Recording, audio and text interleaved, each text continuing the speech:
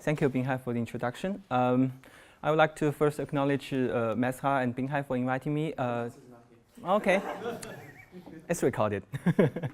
To give me this chance to present our work on the photoemission, study on the topological semimetals.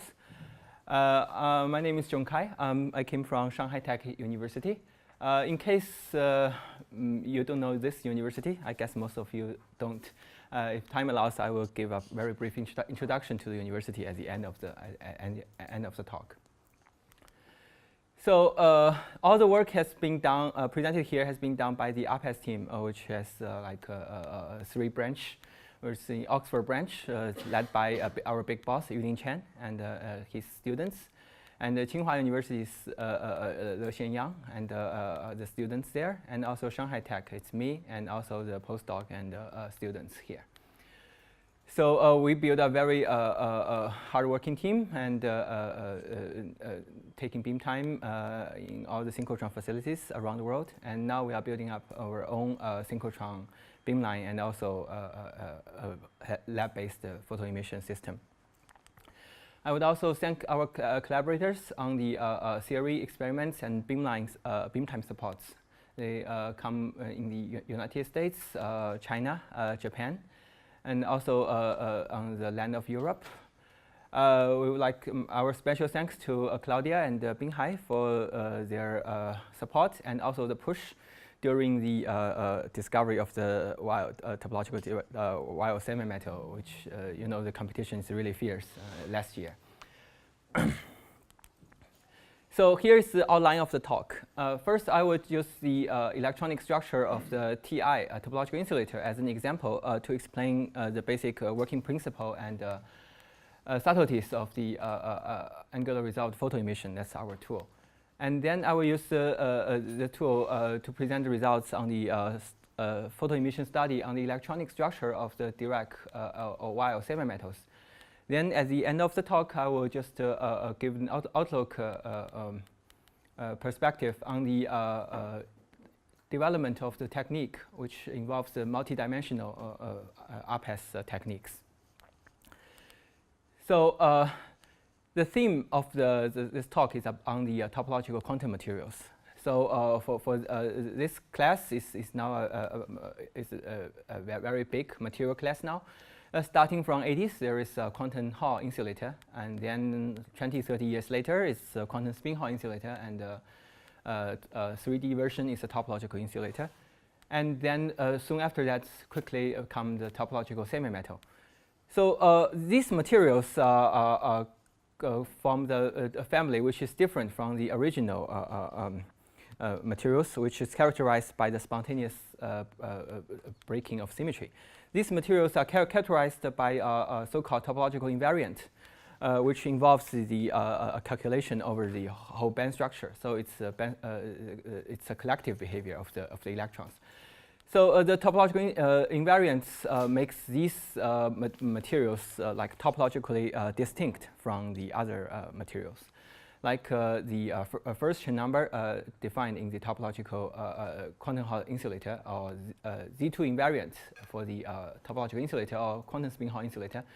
Or for the topological semimetal, the invariant is also a Chen number of some sort, which is still under debate now.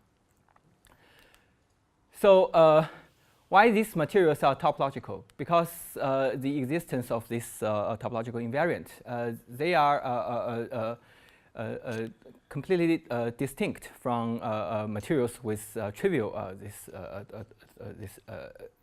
invariant trivial. As a commonly used analogy, we cannot smoothly deform a sphere into a torus without punching in a hole in the middle. That is a difference in the topology. So in the topological insulator, we cannot adiabatically evolve the electronic structure of a regular insulator into a topological insulator, because you have to create a topological surface state in between. Vice versa, you cannot continuously evolve this one into this one without cutting the surface state, which involves the breaking of time reversal or other symmetry, and breaks the Kramer's degeneracy. So this topological property provides many of the unique properties of the electronic structure. For example, the surface states on the topological insulator has this spin momentum locking rule. The electron traveling in one direction carries certain spin, and the other in the other way, it carries the opposite spin. And also, this gives this no backscattering rule, showing that if there is an impurity and non-magnetic impurity, and the backscattering is forbidden for the forward mover.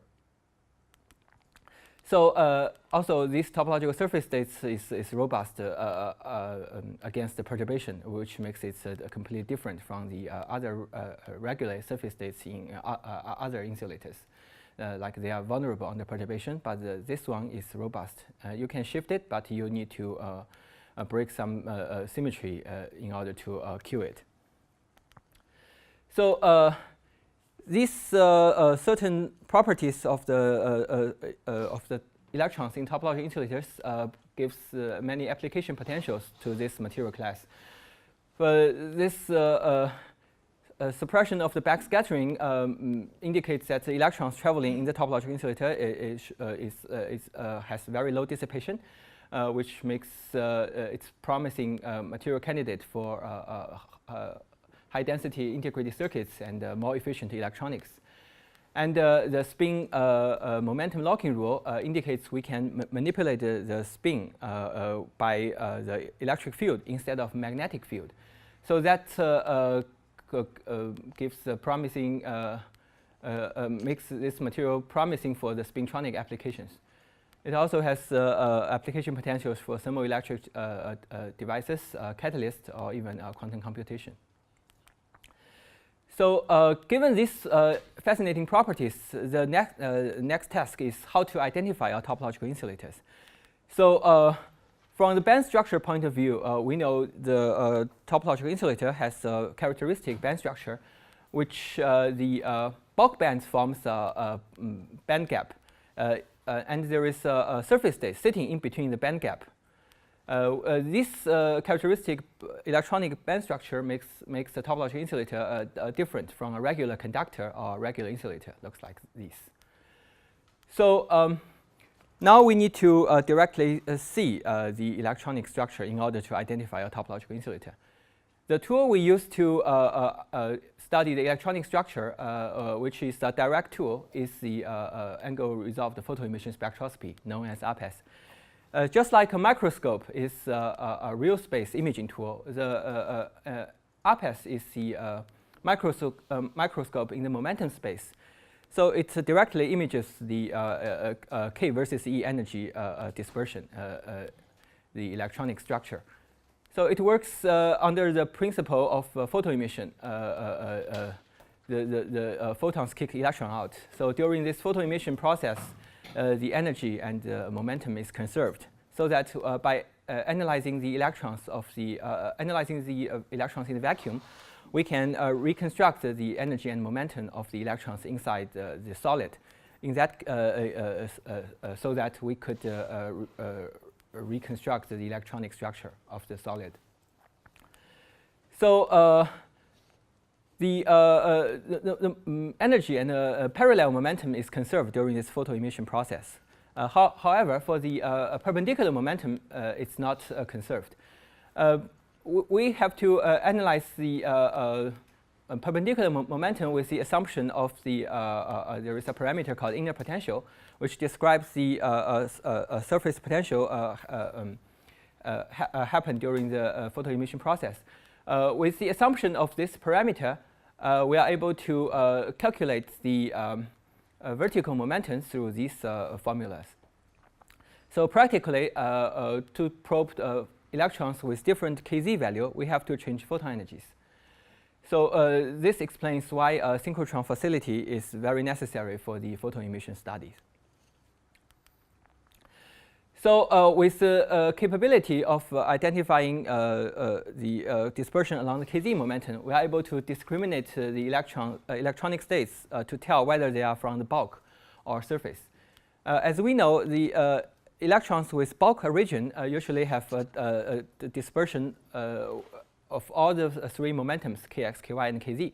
For example, the free electron has this dispersion rule, so that if you plot the equal energy surface, it looks like a sphere in the kx, ky, and kz. This is brilliant zone. So when we change photon energies and probe different kz on the Fermi surface we measured, it will show up as different circles with different size. So that is the property of the bulk states.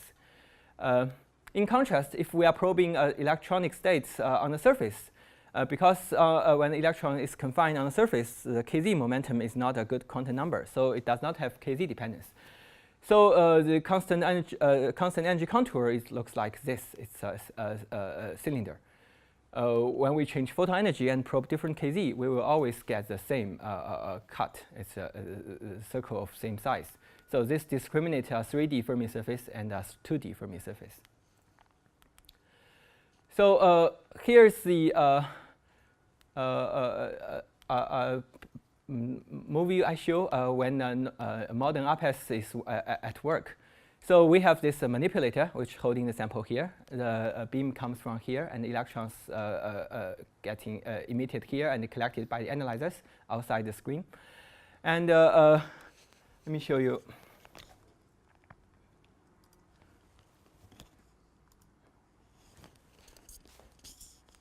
So, oh, sorry.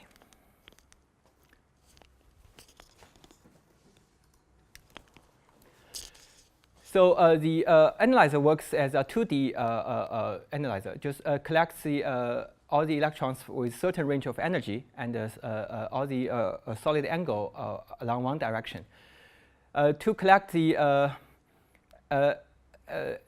momentum at the perpendicular angle, we have to rotate the sample so that each measurement gives one cut, which gives this energy versus momentum dispersion. And by taking this kind of cut at several different angles by rotating the sample, we are able to get consecutive cuts. That gives a 3D data block, which is contains momentum and the other the momentum at the perpendicular direction and also energy.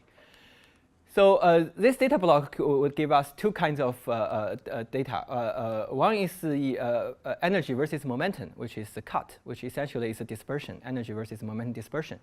The other kind of data set is the constant energy contour, which essentially is a Fermi surface map, which if you cut this way, you get this momentum versus momentum. This is a constant energy contour.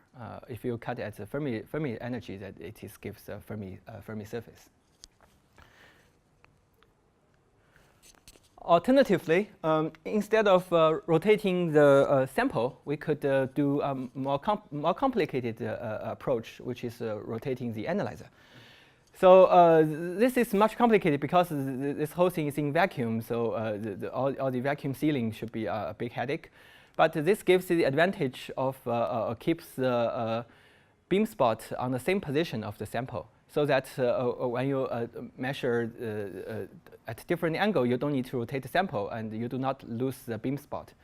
This is extremely helpful if we are going to study samples with a very small domain size, or the currently approach on the NanoARPES.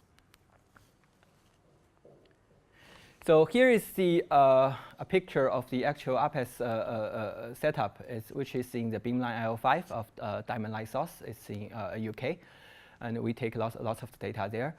And so it's a gigantic vacuum system, and we only see the end station. So by the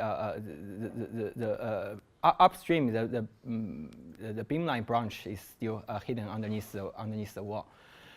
So it gives it has a range of like 20 to 240 eV photon energies, and delta E over E over delta E like 20,000 is the resolution, and gives a sample temperature range like 6K to room temperature, and also very small beam size.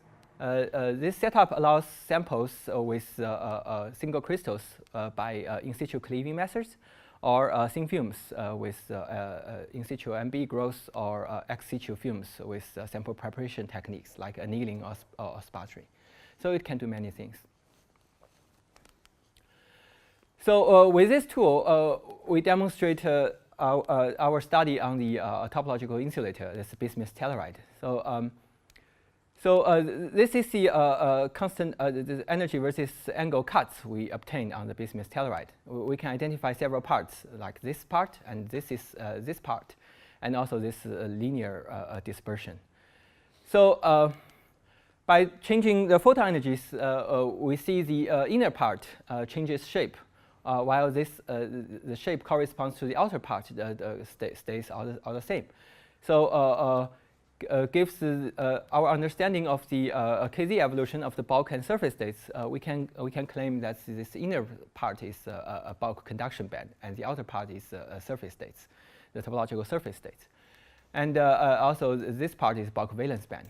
So that we identify the characteristic electronic structure of bismuth telluride. It consists of the bulk gap. This is bulk conduction and bulk valence gap, bulk valence band. It has a bulk band gap around 165 millieV, and also in the gap it lies the topological surface states. So this is a characteristic electronic structure of topological insulator. So in the following work, we are able to tune the electronic structure by introducing dopants into this material. With non-magnetic doping, we are able to shift the Fermi level, so tune the Fermi level into the bulk gap, and realize a 3D topological insulator phase. But with the introducing of the magnetic dopants, we are able to break the time reversal symmetry and observe the small gap opening at the Dirac point. This leads to the observation of the massive Dirac fermion state. So after the topological insulator, series quickly raised the idea of the topological Dirac semimetals. So our understanding is that the topological Dirac semimetal is the boundary case of the regular insulator and the topological insulators. If we reduce the regular insulator, the gap size of the regular insulator into 0, essentially there will be a degeneracy point between the bulk conduction and bulk valence band. So this gives us a topological Dirac semimetal.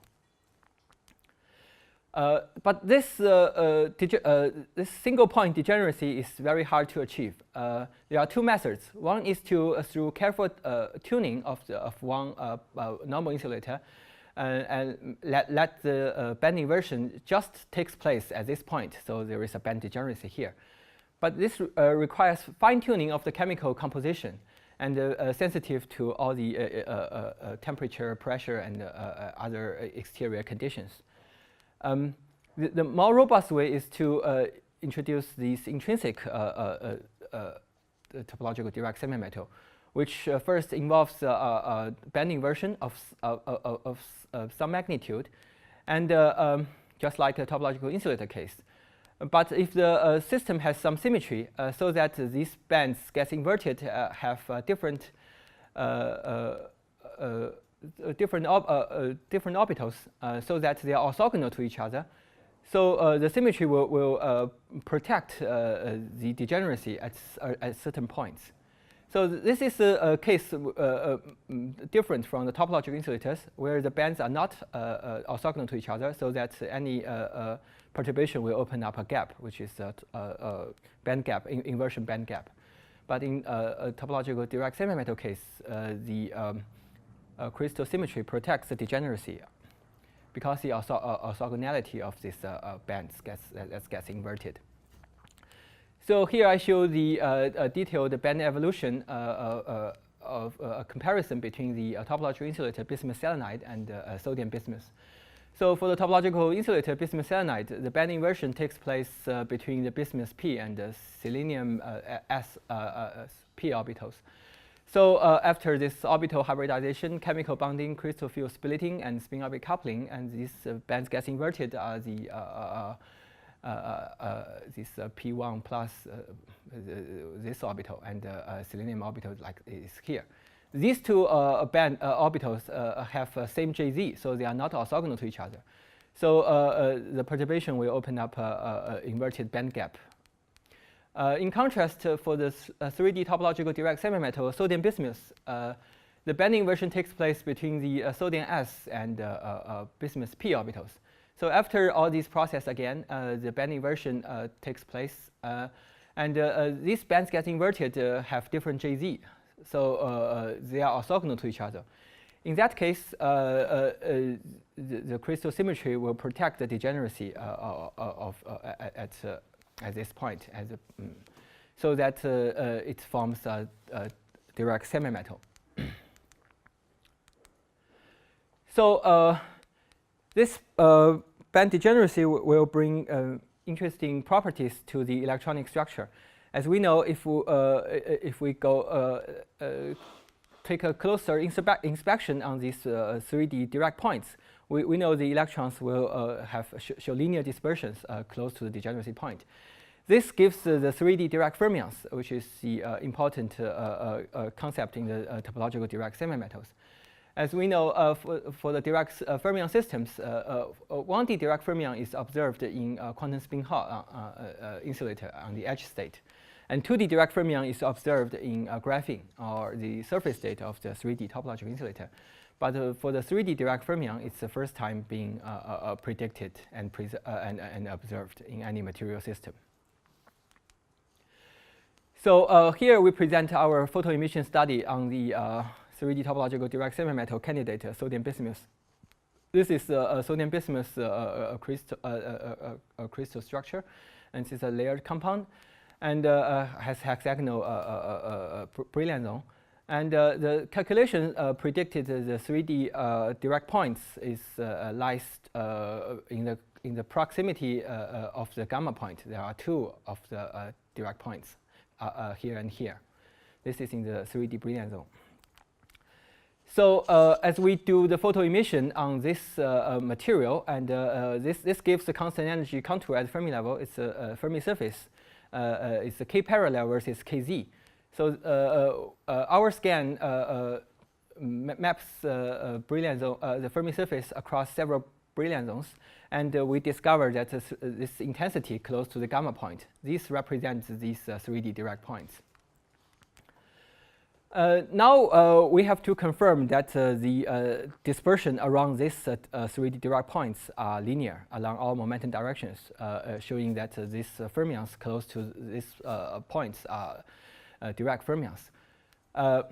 However, since this is a 3D Dirac cone, right?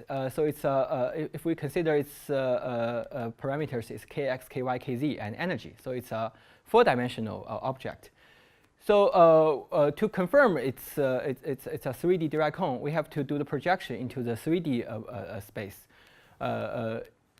For example, we project to the kx, ky, and energy space.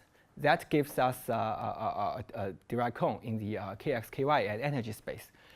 The projection to the kx, kz, and energy space will give us another Dirac cone, which is kx, kz energy as a Dirac cone. For this material, our measurement allows us to detect this electronic structure in this subspace. For example, if we choose a proper photoenergy and cutting just through this Dirac cone, and we do a kx versus ky map, this allows us to obtain the electronic structure with kx, ky, and energy. Right? We see the electronic structure is a Dirac cone in this momentum and energy space. It's the kx, ky, and energy subspace. If we similarly, we can do the measurement in the ky, kz, and energy space by taking several cuts with different photoenergies. This gives us the ky, kz, and energy. We see the electronic structure is also a cone, but this cone is very squeezed, indicating it's this shape has a strong anisotropy because the Fermi velocity along the kz direction is much slower than the kx and ky direction. we further confirm that it is a cone-like structure by doing fits to our dispersion. As we know, if we are slicing a cone, right? If our slice is just across the Dirac points, we will get two intersecting lines. But if we are going slightly off, we will see the evolution between of the two lines evolving into a hyperbolic curve. That is what happens to our data. Here we're slicing along different kx value, right? When crossing through the Dirac points, we see the dispersion is two lines. Then going away from the Dirac point along kx direction, we see it gradually evolves into a hyperbolic curve. So also the same fitting we did along on the dispersion that is showing same evolution from the linear shape to hyperbolic shape along ky direction, and finally along the kz direction by changing the photon energies. So this fitting also gives us a set of parameters of the Fermi velocity, which is around 1 times 10 to the fifth along the kz direction, and also like 3 or 4 times 10 to the fifth along the kx and ky direction. This number is comparable with the Fermi velocity of the 2D Dirac fermions on the surface of topological insulators, and also graphene. And the other interesting manipulation we did on this material is to introduce surface dopants onto the surface of the sodium bismuth. The dopant is a potassium atom. The potassium atom brings extra electrons. So we are able to shift the Fermi level by introducing more electrons. So see, this is the dispersion on the just hitting the Dirac point. We see the evolution of the Fermi level, and this allows us to see the upper part of the Dirac cone, and we do see that it is the degeneracy point between the bulk conduction band and bulk valence band. And also this experiment also confirms the Dirac point is a robust object, because the potassium atom acts as a perturbation. While some of the states, including some of the surface states, gets killed during this process, this Dirac point remains intact. So of course, this sodium bismuth has a lot of problems to deal with because it is too active. It's hard to handle and being used in functional devices. So in the other work, series proposed this is cadmium arsenic material, and also it's a 3D Dirac topological Dirac semimetal. So it has a very complicated crystal structure that is due to the ordered vacancies of this compound. But nevertheless, the electronic structure looks quite simple. It has hexagonal brilliant zones and features around the gamma point. So it shows hexagonal structure because the cleave is along its 1-on-1 directions. So it gives us a hexagonal brilliant zone. It has more bands than the sodium bismuth, but only one of the bands crosses EF. So we are able to suppress the other feature by changing the photon energies by using photons of a certain polarization. So if we only observe this band, we find it also forms a 3D topological Dirac points on the Fermi surface on the 2 places in the brilliant zone. So the projection to the kx, ky energy space is very similar to sodium bismuth. We also observe a Dirac cone feature, and also in the kx, kz and energy space. And by potassium doping, we are also able to see the conduction bands, and proving this is a degeneracy points between the conduction and the valence bands. So after this Dirac semimetal, theoretical work has moved further and proposed that if we break the further symmetry in this Dirac semimetal, and we are able to obtain the topological Weyl semimetal phase. So a Dirac point is splitting into 2 Weyl nodes with different chiralities, and there is a broken surface state called Fermi Arc connecting between these Weyl nodes. So these materials host so-called Weyl fermions, which each is a half degree of freedom of the Dirac fermion because they carry different spin. The chirality is different. So there are several model materials proposed, like in time reversal symmetry breaking materials like mercury chromium selenite, this iridates, and also these cobalt-based Heusler alloys Maya discussed yesterday. And on the inversion symmetry breaking compounds, there is this tantalum arsenide compounds and some others. So here is the detailed calculation on the inversion symmetry breaking transition metal phosphide, this tantalum arsenide, these compounds. Here's how the Dirac nodes formed, and there should be a Fermi arc connecting these Weyl nodes.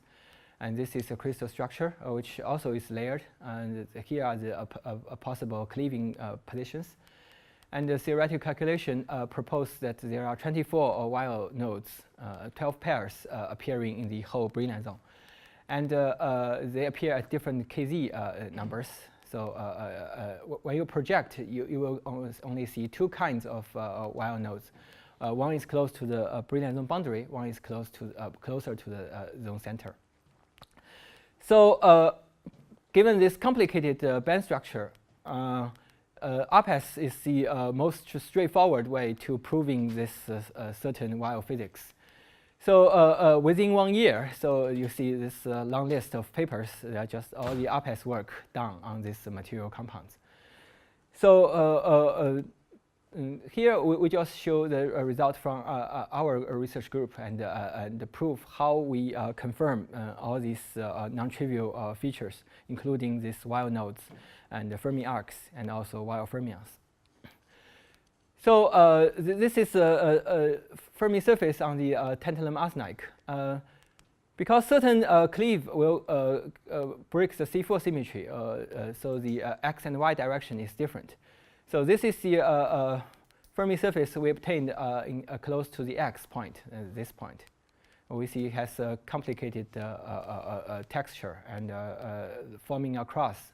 This looks like a bow tie, and this is a spoon. On the other direction, we see very similar Fermi surface, but with a little bit change in the shape. But the overall structure is similar. By doing photoenergy dependence, we see all these bands do not show any variation along the with different photoenergies, indicating they are all originated from the surface. This has a nice agreement with calculations. Now we take a closer inspection on the Weyl nodes and the Fermi arc feature. So this is a calculation of the Fermi surface close to the Weyl nodes. This is a pair of Weyl nodes closer to the gamma point. The red and blue one are the positions of the Weyl nodes predicted.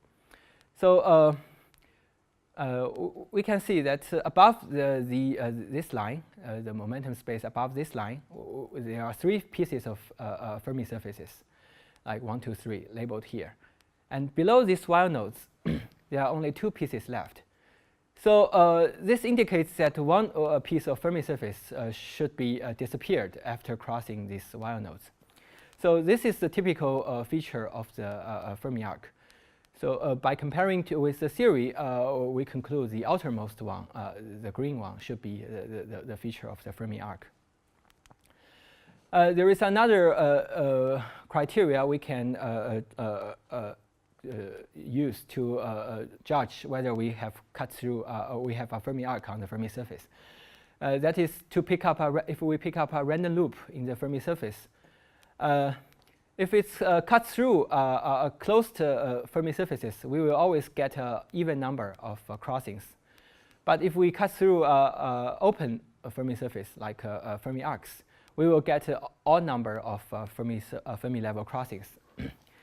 By using this criteria, we pick up 2 closed loops, like M gamma y and M gamma x. So we do the countings of the Fermi crossings. Like for example, gamma Y we have like 1, 2, 3, 4, 5, and gamma M we have 1, 2, a total of 7 Fermi level crossings. And along this loop, gamma MX, we also have odd number of Fermi level crossings. So this gives us confidence that we are really seeing these Fermi arcs in this surface electronic structure. Now we move ahead because so far we discussed only the Fermi surfaces from the surface electronic structures. How about the bulk? So by using photon energies with high energies, we are able to suppress the contribution from the surface electrons and only see the bulk. Here is the Kz versus energy. This is the Kz evolution of the electronic structure. We see this ARPES measurement shows same periods comparing with bulk bands from the calculations. So indicating we are probing bulk bands, which shows Kz evolution. So by choosing proper energy, if we are able to choose the Kz values and measure the Fermi surface. If we choose one photon energies and we measure Fermi surface here, like cutting through this part, this kind of Weyl points. So the Fermi surface gives us intensities around these 2 points, right? These are the 3D Weyl points on the Fermi surface. And if we do a cut dispersion in this way, we see the dispersion like that. This gives us the dispersion of the Weyl fermions. And you can see there are 2 branches, and it has like M shape in the middle. And this is the pair of the Weyl fermions. And it shows also a nice agreement with this calculation. So if we change another photon energies and we are cutting different Kz, so we see on the Fermi surface, we see the intensity appearing at different place. So that corresponds to the Weyl nodes at a different place. That is the Weyl nodes close to the boundary of close to the Brillouin boundary. So when cutting here, we see the Weyl fermions of the other kind, right? This pair of Weyl nodes is closer to each other, so the pair of Weyl fermion is not so well resolved comparing with the previous pair of Weyl fermion, but you can still see there are 2 points, like indicating they are like Weyl nodes and Weyl fermions. So in the subsequent work, we measured the compounds in the same family, including niobium phosphide, tantalum phosphide, and tantalum arsenide. So the basic electronic structure looks similar, but if we inspect the features related to the Fermi arcs and Weyl nodes, we observe very interesting evolution, systematic evolution. This is this Fermi arc and Weyl nodes features related in the niobium phosphide. This is tantalum phosphide and tantalum arsenide. We see very obviously that the splitting between the Weyl nodes is getting larger from niobium phosphide to tantalum arsenide to tantalum arsenide. And the splitting between these Fermi arc and to the other surface state here is also increased. Of course, these materials are very similar. The most significant difference we conclude here is that the spin-orbit coupling strength is different. So that the increase of the spin-orbit coupling strength shows up as a tuning parameter in adjusting the splitting between the Weyl nodes and the splitting of the Weyl fermions. So this spin-orbit coupling strength shows up as a turning knob in the band structure engineering of this topological Weyl semimetals. Okay, as the last part, we show some preliminary data here on the molybdenum ditelluride, which is the candidate of the type 2 Weyl fermions predicted last year. So type 1 Weyl fermion is it's just as I have shown. It has Weyl fermions as standing up straight. But with a linear term in the Hamiltonian, this Weyl cone becomes tilted, so that the Fermi surface will cutting both the electron and hole pockets. So, this is the electronic structure of the molybdenum ditelluride. Apparently, we see both the bulk conduction bands and bulk valence bands here. And this is constant energy contour here, and we see this big electron pocket and big hole pockets. And between this electron and hole pockets, there is also additional surface states connecting between them. And this is experiment, and this is a theory, and it looks good. And we confirm this feature connecting between the bulk conduction band and bulk valence band is a surface state by changing photon energies. We see this surface state feature stays all the same. And now things are more tricky in this molybdenum ditelluride because the predicted Weyl points position, there are 8 of them, they are all above the Fermi level. But below the Fermi level, in the band structure, we observe there is a projection of it. So by take a closer inspection of the calculation and also the Fermi constant energy contours, we are able to identify a slight intensity between the projection of the Weyl nodes labeled as P1 and P2 here. So this part of intensity is the projection of the Fermi arc, which we see at various binding energies. We are also able to do some spin-dependent ARPES measurement and see this part and this part have some different spin polarization, and indicating there might be the signature of the Fermi arc. Okay, so far I have discussed on the photoemission study on the topological Dirac semimetal, topological Weyl semimetals. And as the last part of the talk, I wish to discuss the advance of this technology. Because we know if to describe the state of electron, it has momentum, energy, and space, where the electron locates, where the electron comes from. And the spin, the spin is a quantum number, and also time, like the dynamics of the electron. So traditional photoemission study only measures the momentum versus energy. This is dispersion.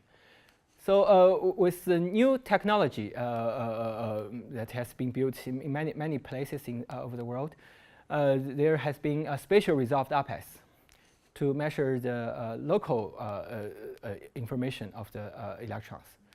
And spin resolved ARPES measures the spin of the electrons in the solids. And also time resolved ARPES to measure the electrons that is in the not in the equilibrium, but in the dynamical response of the electrons. So this is NanoARPES called spatial resolved photoemission.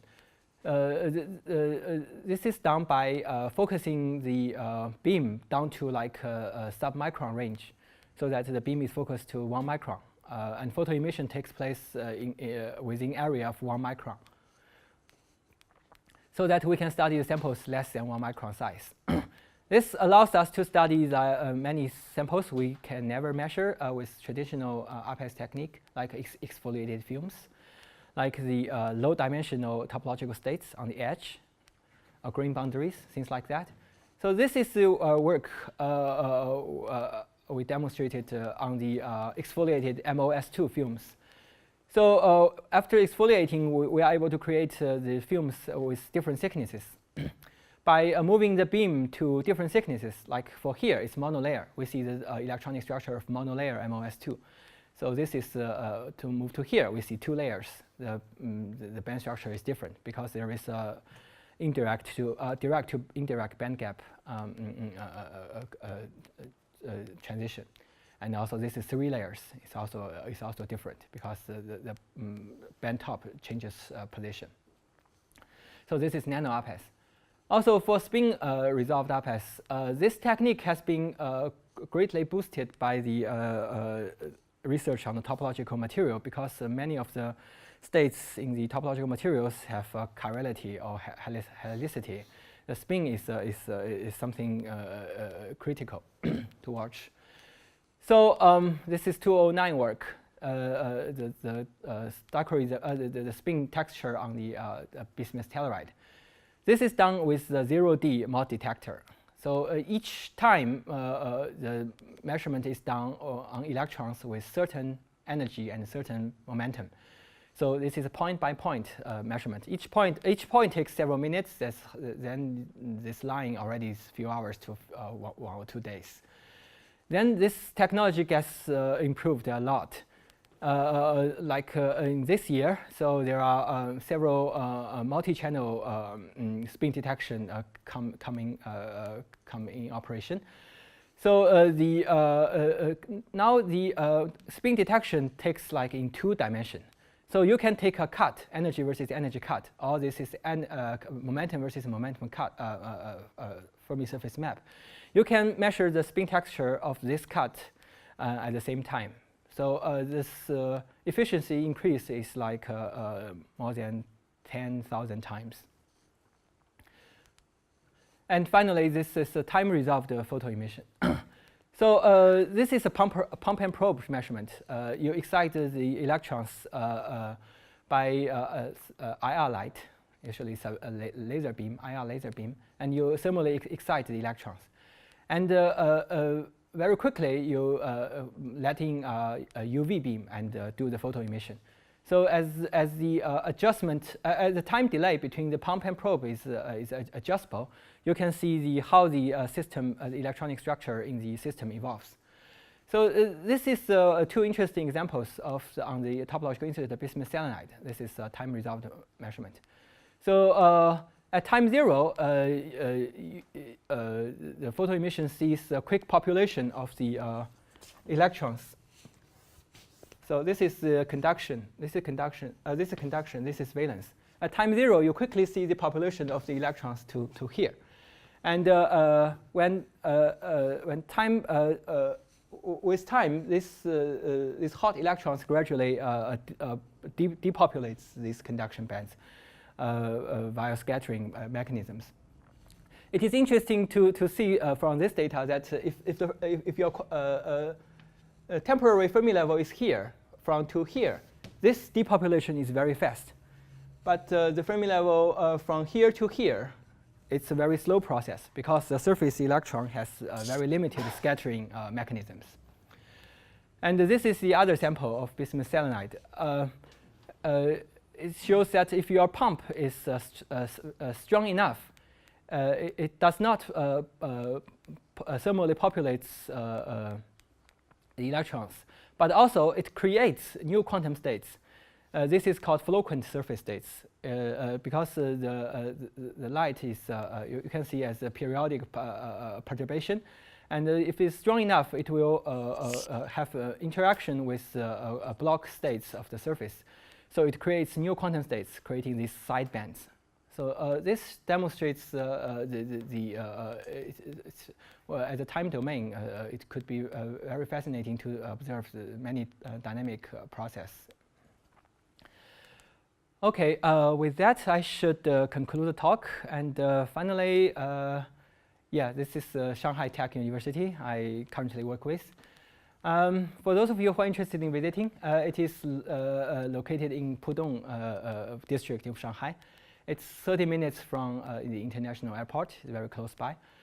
The greatest strength of this university is that it's very close to the Shanghai Synchrotron facilities. That is the only third generation synchrotron facilities in China. So this is 2 kilometers away. So also it's at the heart of many national science facilities in Shanghai, including this synchrotron facilities, Shanghai Free Electron Laser, which is currently under construction, and this Shanghai super intense laser source, which is super short and super intense, has a peak power of 5 petawatt, which is would be a world record if it's achieved this year.